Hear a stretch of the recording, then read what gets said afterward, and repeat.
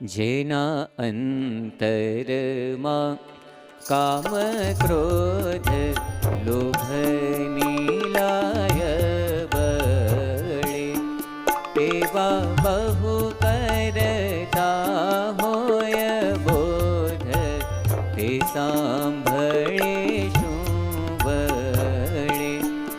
માન મમતા મત્સર મોહ ઈર્ષાતિ ઘણી, એવો અધર્મ સર્ગ સમોહ ધારી રહ્યા જે ધણી.